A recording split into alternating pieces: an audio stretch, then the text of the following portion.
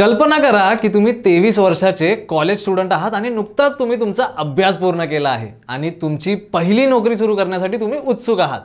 तुम्हाला तुमचं फ्युचर खूप प्रॉमिसिंग वाटतंय, पण जेव्हा तुम्ही रियालिटी पाहता आणि फायनान्सच्या गोष्टी समोर येतात तेव्हा थोडी अस्वस्थता वाटते। तुम्ही तुमच्या गोल्स आणि रिटायरमेंटसाठी बचत करायला सुरुवात केली पाहिजे, पण तुम्ही सुरुवात कुठून कराल? आता दुसऱ्या परिस्थितीकडे आपण फास्ट फॉरवर्ड करून पाहूया। तुम्ही 45 वर्षांचे मॅरिड पर्सन आहात आणि तुम्हाला 2 मुलं आहेत। तुमची रिटायरमेंट फार दूर नाही, त्यामुळे तुमच्या मनात फायनान्शियल सिक्युरिटीचे विचार येतात। मी बरोबर बोलतोय ना? तुम्ही तुमच्या रिटायरमेंटसाठी पुरेशी सेव्हिंग करत आहात की नाही याबद्दल तुम्हाला काळजी वाटू शकते। त्यामुळे तुम्ही जीवनाच्या कोणत्या टप्प्यात आहात हे महत्त्वाचे नाही, तुमचे फायनान्शियल फ्युचर सिक्युअर करण्यात इन्व्हेस्टमेंट ही महत्त्वाची भूमिका बजावते। आणि हो, जसा जसा तुमचा जीवनाचा टप्पा बदलतो तशी तुमची इन्व्हेस्टमेंट प्लॅनही बदलते। पण या आयुष्याच्या टप्प्यात तुमची इन्व्हेस्टमेंट कशी सुरू कराल? या व्हिडिओमध्ये आम्ही लाईफ स्टेज इन्व्हेस्टमेंटचे 4 टप्पे, प्रत्येक स्टेजवर तुमची फायनान्शियल प्रायोरिटीज काय असली पाहिजे आणि जीवनाच्या त्या स्टेजमध्ये तुम्ही इन्व्हेस्टमेंट कशी करावी याबद्दल बोलणार आहोत। पण पुढे जाण्यापूर्वी ते सबस्क्राइब बटन दाबायला अजिबात विसरू नका आणि अपडेटेड राहण्यासाठी नोटिफिकेशन आयकॉनवर किंवा बेल आयकॉनवर नक्की क्लिक करा। व्हिडिओ सुरू करूया।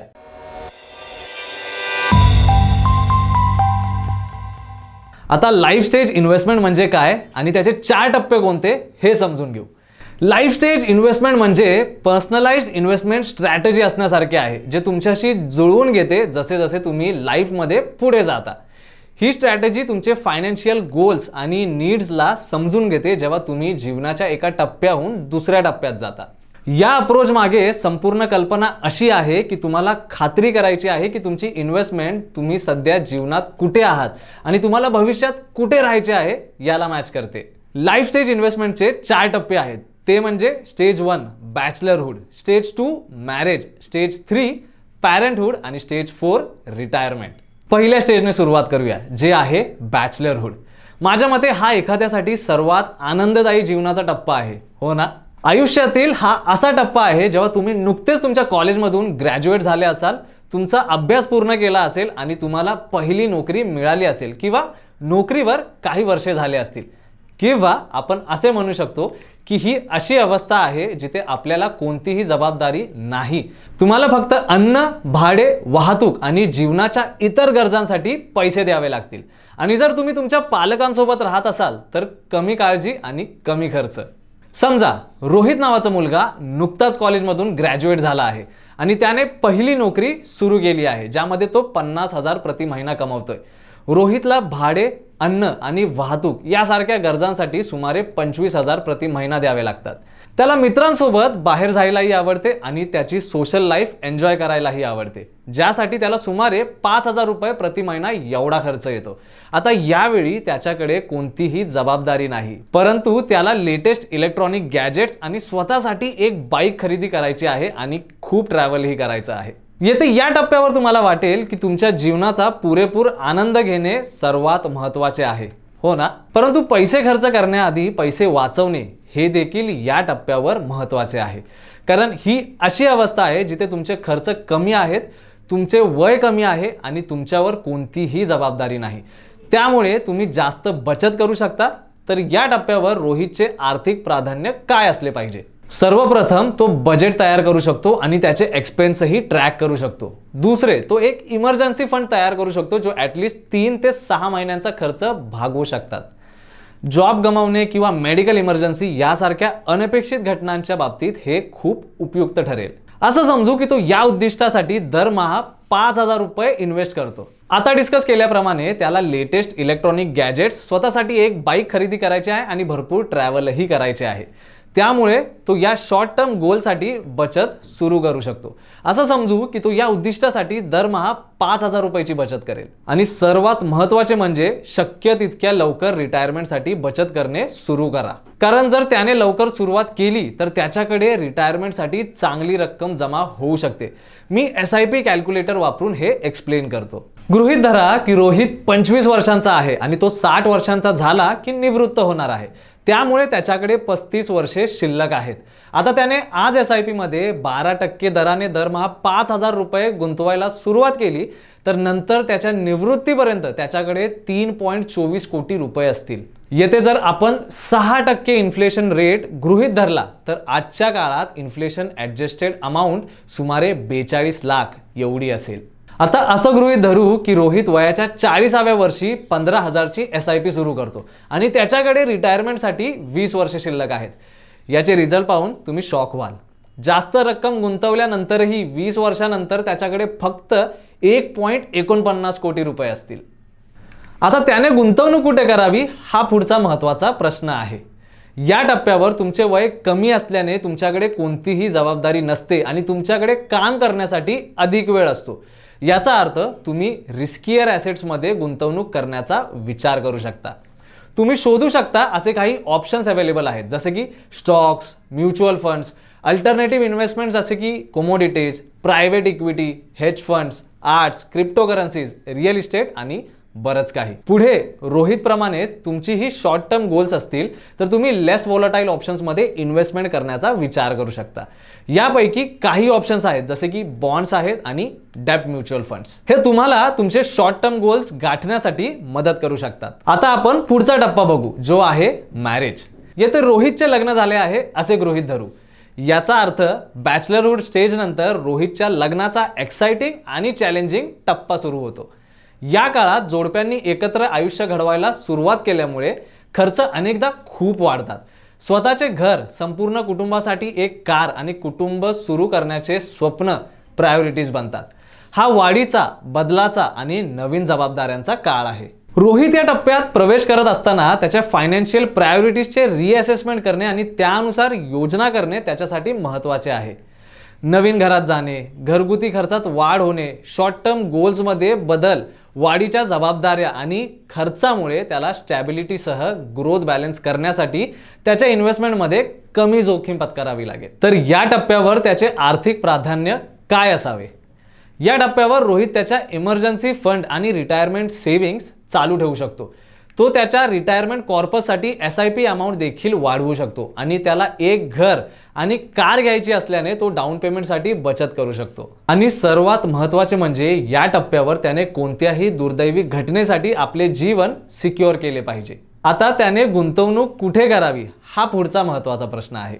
या टप्प्यावर तुमच्याकडे अधिक जबाबदाऱ्या आणि खर्च असल्याने तुम्ही इक्विटीचे काही एक्सपोजर कमी करू शकता आणि कमी रिस्की ॲसेट्सवर स्विच करू शकता. तुमच्याकडे काही ऑप्शन्स आहेत जसं की बॉन्ड्स आणि डेब्ट म्युच्युअल फंड्स किंवा लार्ज कॅप स्टॉक और लार्ज कॅप म्युच्युअल फंडमध्ये इन्व्हेस्ट करणे देखील काम करू शकते. लार्ज कॅप स्टॉक्स अस्थिर असले तरी ते कमी रिस्की असतात आणि दीर्घकाळात ते चांगले उत्पन्न देऊ शकतात. उदाहरणार्थ 17 जून 2023 पर्यंत S&P BSE लार्ज कॅप इंडेक्सने गेल्या 10 वर्षात 12.37% वार्षिक रिटर्न दिला आहे.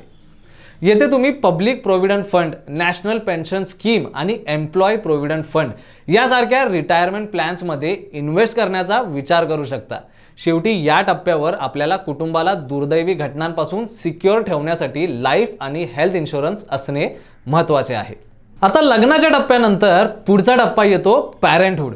मुलाचे स्वागत करणे हा तुमच्या आयुष्यातील सर्वात मोठा आनंद असू शकतो, पण लक्षात ठेवा यात अनेक जबाबदाऱ्या आणि अनेक खर्च येतात. तुम्ही पालक बनताच पहिल्या दिवसापासून तुमच्या नियमित खर्चात भर पडू शकते, ज्यात अन्न, कपडे, आरोग्य सेवा, शिक्षण आणि बऱ्याच गोष्टी आहेत. या व्यतिरिक्त तुम्हाला तुमच्या मुलांना उत्तम शाळेत पाठवायचे आहे, उत्तम शिक्षण द्यायचे आहे, हॉबी क्लासेस आणि अशा बऱ्याच गोष्टी आहेत ज्याच्याकडे तुम्हाला लक्ष द्यावे लागेल. आपण असे म्हणू शकतो की या टप्प्यावर सेव्हिंग्स कमी होते आणि रिस्क मागील 2 टप्प्यांपेक्षा कमी होते. तर या टप्प्यावर तुमचे आर्थिक प्राधान्य काय असावे? तुम्हाला हे जाणून आश्चर्य वाटेल की ET ऑनलाईन रिसर्चनुसार भारतातील एका प्रायव्हेट स्कूलमध्ये 3 ते 17 वयोगटातील मुलाच्या शिक्षणाचा एकूण खर्च तब्बल 30 लाख इतका येतो. आणि चांगल्या कॉलेज एज्युकेशनसाठी खर्च आणखीन जास्त आहे आणि दरवर्षी 10% त्यात वाढ होत आहे. हा डेटा स्पष्टपणे दर्शवते की पालकांनी आपल्या मुलांना दर्जेदार शिक्षण देण्यासाठी या खर्चाची आधीच योजना करणे आवश्यक आहे. त्यामुळे या टप्प्यावर पालकांचे आर्थिक प्राधान्य गोल बेस्ड इन्व्हेस्टिंग सुरू करणे असली पाहिजे, जे लॉंग टर्म, मीडियम टर्म आणि शॉर्ट टर्म गोल्स निश्चित करणे असू शकते. इथे तुम्ही तुमची उद्दिष्टे आणि उद्दिष्टांसाठी वेळ क्षितिज परिभाषित करू शकता आणि त्यानुसार गुंतवणूक वाहने निवडू शकता. उदाहरणार्थ मुलाचे उच्च शिक्षण आणि तुमची रिटायरमेंट हे लॉंग टर्म गोल असू शकते. नवीन कार खरेदी करणे हे मीडियम टर्म गोल असू शकते आणि मुलाच्या शाळेची फी किंवा सुट्टीवर जाणे हे शॉर्ट टर्म गोल असू शकते. आता या टप्प्यावर तुम्ही कुठे गुंतवणूक करावी? शॉर्ट टर्म गोलसाठी सामान्यतः लोक कमी अस्थिर असलेल्या ॲसेट्समध्ये इन्व्हेस्ट करण्याचा विचार करतात. यामधले काही ऑप्शन्स म्हणजे फिक्स्ड डिपॉझिट्स, बॉन्ड्स आणि डेट म्युच्युअल फंड्स आहेत. नवीन कार खरेदी करण्यासारख्या मीडियम टर्म गोलसाठी कोणतेही इक्विटी आणि डेट यांचे मिश्रण करण्याचा विचार करू शकता. त्यातील एक पर्याय म्हणजे हायब्रिड म्युच्युअल फंड्स आणि लॉंग टर्म गोलसाठी इक्विटी इन्व्हेस्टमेंट हा सामान्यतः सर्वात पसंतीचा पर्याय असतो, परंतु ते एखाद्याच्या रिस्क ॲपिटाईटवर अवलंबून असते. आता इथे येतो तुमच्या फायनान्शियल लाईफ सायकल रिटायरमेंटचा चौथा आणि अंतिमचा टप्पा. तुमचे कामाचे दिवस संपले आहेत आणि तुम्ही ऑफिशियली तुमच्या गोल्डन इयर्समध्ये प्रवेश केला आहे. या टप्प्यावर तुमचे नियमित उत्पन्न नाही, तुम्हाला तुमच्या खर्चात कपात करावी लागू शकते. आम्ही असे म्हणू शकतो की हीच वेळ आहे जेव्हा तुमच्या इन्व्हेस्टमेंटची चाचणी घेतली जाते. जर तुम्ही लाईफच्या इतर टप्प्यांमध्ये स्मार्ट इन्व्हेस्टमेंट केली असेल तर मागे बसून तुम्ही वर्षानुवर्षे तयार केलेल्या निधीवर अवलंबून राहू शकता. रोहितचं उदाहरण आठवतंय का? जर रोहित SIP मध्ये गुंतवणूक करत राहिला तर त्याच्याकडे आत्ता 3.24 कोटी रुपये असतील. या टप्प्यावर तुमच्या बहुतेक जबाबदाऱ्या जवळजवळ पूर्ण केल्या असतील, परंतु याचा अर्थ असा नाही की तुम्ही ॲग्रेसिव्हली इन्व्हेस्टमेंट करू शकता, कारण आता इन्कमचे कोणतेही साधन नाही आणि वाढत्या मेडिकल कॉस्टमुळे खर्च जास्त आहेत. त्यामुळे तुमची इन्व्हेस्टमेंट कमी रिस्कसह मिनिमम ठेवावी. आता या टप्प्यावर तुम्ही कुठे गुंतवणूक करावी? तुम्ही रिटायरमेंटमध्ये प्रवेश करता तेव्हा तुमची संपत्ती प्रिझर्व्ह करणे आणि स्टेडी इन्कम निर्माण करणे हे सर्वोच्च प्राधान्य बनते. हे साध्य करण्याचा एक मार्ग म्हणजे डेट म्युच्युअल फंड सारख्या लो रिस्क प्रोडक्ट्समध्ये इन्व्हेस्ट करणे, जे सिस्टमॅटिक विड्रॉवल प्लॅन ऑप्शनसह तुम्हाला तुमच्या इन्व्हेस्टमेंटमधून नियमित इन्कम देतात. इतर ऑप्शन्समध्ये overnight funds, post office monthly plans आणि लिक्विड फंड्स यांचा समावेश आहे. हे तुम्हाला तुमच्या गोल्डन इयर्सचा आनंद घेण्यासाठी आवश्यक असलेली फायनान्शियल स्टॅबिलिटी आणि पीस ऑफ माइंड प्रदान करण्यात मदत करू शकते. आता तुम्ही लाईफ स्टेज इन्व्हेस्टिंगच्या 4 टप्प्यांशी परिचित आहात. हे लक्षात ठेवणे महत्त्वाचे आहे की तुमचे इन्व्हेस्टमेंटचे निर्णय इतर घटकांद्वारे देखील प्रभावित होतात. तुमची risk tolerance, income, economic conditions आणि मार्केट ट्रेंड्स यासारखे घटक तुमची इन्व्हेस्टमेंट स्ट्रॅटेजी तयार करण्यात भूमिका बजावतात. हे घटक विचारात घेऊन तुम्ही माहितीपूर्ण निर्णय घेऊ शकता, जे तुम्हाला आयुष्याच्या प्रत्येक टप्प्यावर तुमची फायनान्शियल गोल्स साध्य करण्यात मदत करेल. जाण्यापूर्वी लक्षात ठेवण्यासारखी येत्या काही प्रमुख गोष्टी आहेत. लवकर इन्व्हेस्टमेंटला सुरुवात करा. जितक्या लवकर तुम्ही इन्व्हेस्टमेंट सुरू कराल तितका तुमचा पैसा वाढायला आणि चक्रवाढ होण्यासाठी जास्त वेळ भेटेल, ज्यामुळे तुम्हाला तुमची फायनान्शियल गोल्स साध्य करण्यात मदत होईल. तुमच्या गोल्ससाठी इन्व्हेस्ट करा. तुमची इन्व्हेस्टमेंट तुमच्या शॉर्ट टर्म, मीडियम टर्म आणि लॉंग टर्म गोल्सशी जुळलेली असल्याची खात्री करा. हे तुम्हाला लक्ष केंद्रित करण्यात आणि ट्रॅकवर राहण्यास मदत करेल. आणि तिसरी गोष्ट म्हणजे वयानुसार तुमचा पोर्टफोलिओ रिबॅलन्स करा. जसे जसे तुमचे वय वाढत जाईल तसे तसे तुमची रिस्क सहन करण्याची क्षमता बदलू शकते. तुमचं रिस्क कमी करण्यासाठी आणि तुमची संपत्ती प्रिझर्व्ह करण्यावर लक्ष केंद्रित करण्यासाठी तुमचा पोर्टफोलिओ रिबॅलन्स करणे महत्त्वाचे आहे. लक्षात ठेवा, लाईफ स्टेज इन्व्हेस्टिंग हे एक असे पॉवरफुल साधन आहे जे तुम्हाला फायनान्शियल सिक्युरिटी आणि पीस ऑफ माइंड प्राप्त करण्यात मदत करू शकते. व्हिडिओ एंड करण्यापूर्वी आम्ही तुम्हाला पुन्हा एकदा आठवण करून देतो की हा व्हिडिओ फक्त एज्युकेशनल पर्पजसाठी आहे आणि कोणत्याही इन्व्हेस्टमेंटचा सल्ला देत नाही. तर हे सर्व होतं आजच्या व्हिडिओबद्दल. मला आशा आहे की तुम्हाला हा व्हिडिओ आवडला असेल आणि जर हा व्हिडिओ तुम्हाला उपयुक्त वाटला असेल तर त्याला थम्स अप द्यायला अजिबात विसरू नका आणि मित्रांसोबत शेअर करा. आणि हो, चॅनलला सबस्क्राईब करायलाही विसरू नका. धन्यवाद.